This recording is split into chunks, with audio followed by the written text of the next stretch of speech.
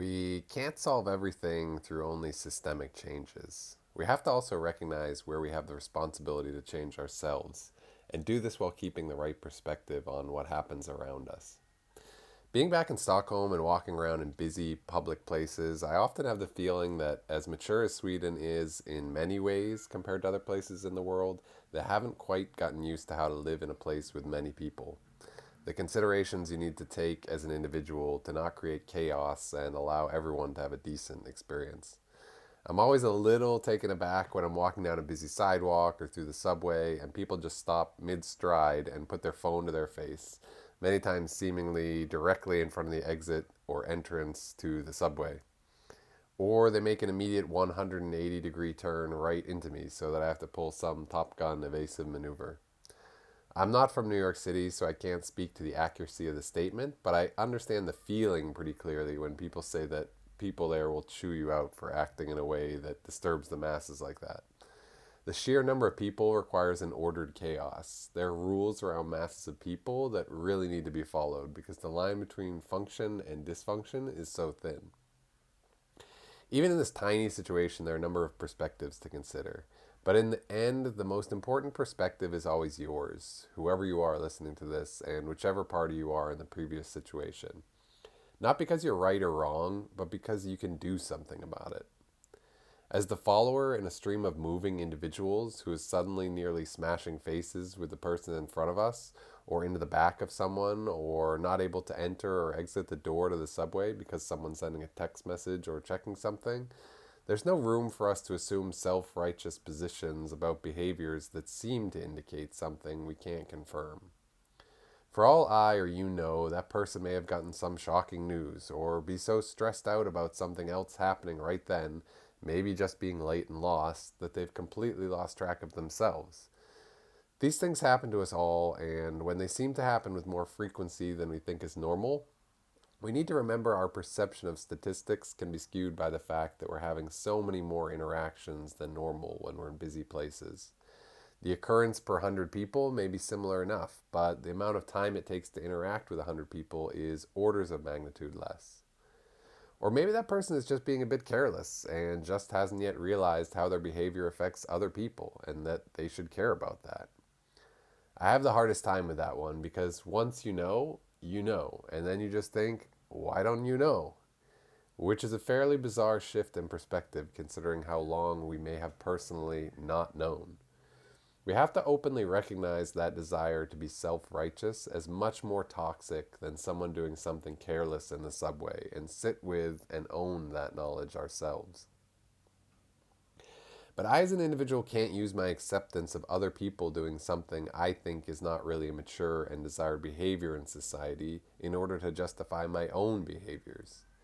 If I stop in front of a subway entry door to send a text or put on the brakes in traffic and just stop in the middle of the walkway without stepping to the side or panic and change course on a dime without looking around me, I still have to recognize from my interaction with others that those things aren't ideal.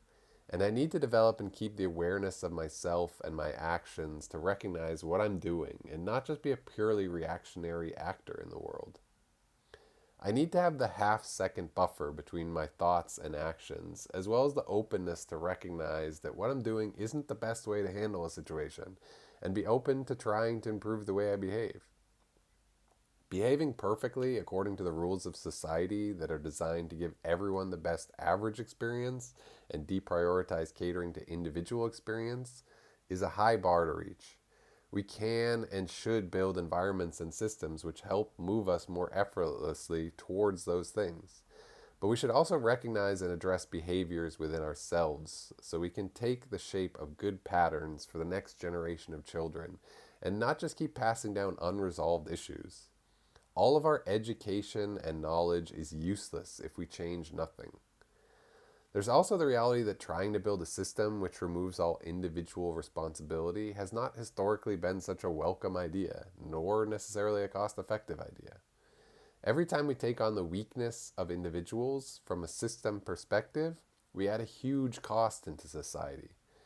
As another simple example, imagine if people didn't deny their responsibility for the trash that they produce. putting aside the responsibility of those that produce the product that becomes the trash in the first place.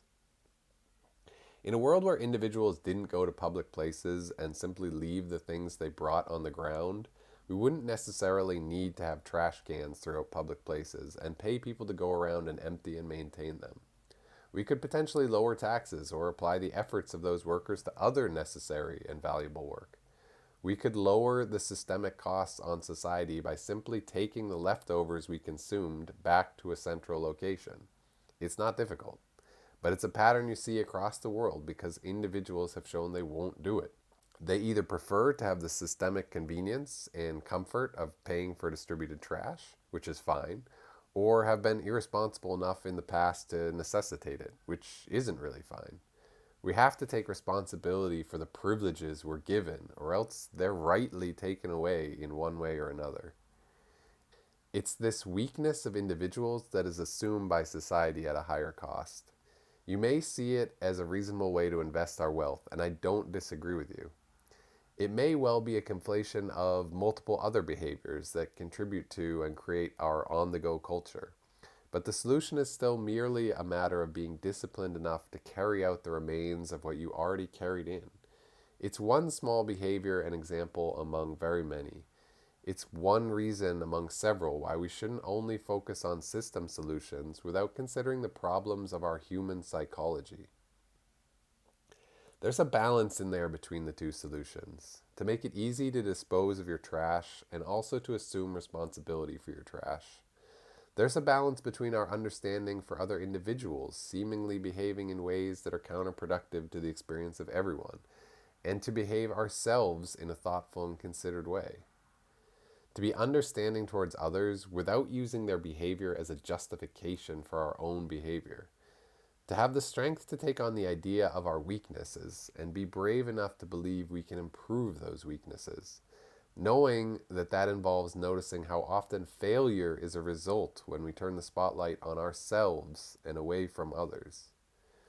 It's a good strategy to focus on improving ourselves as individuals because our individual behavior is where we have the most control and the greatest chance for positive change.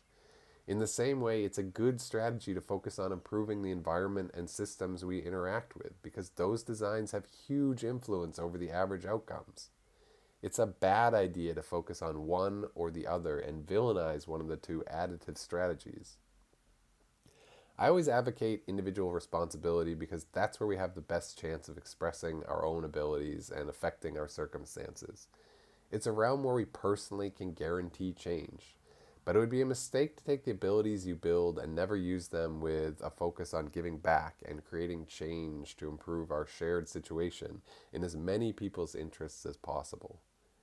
I strongly believe as a society of strong individuals, we can do more than as a society of weak ones that depend on a central system to take on our weaknesses. But I also strongly believe that both strong and weak individuals are better off with a central system that maintains and raises the quality and resiliency of all of our needs and experiences. It's not one or the other, it's both. It's our understanding for others' situations and choices and our integrity towards what we believe is right and not the justifications of the actions we want to take or already take as individuals. It can be difficult for us to hold seemingly opposing views because it requires balance, and balance is a constant effort.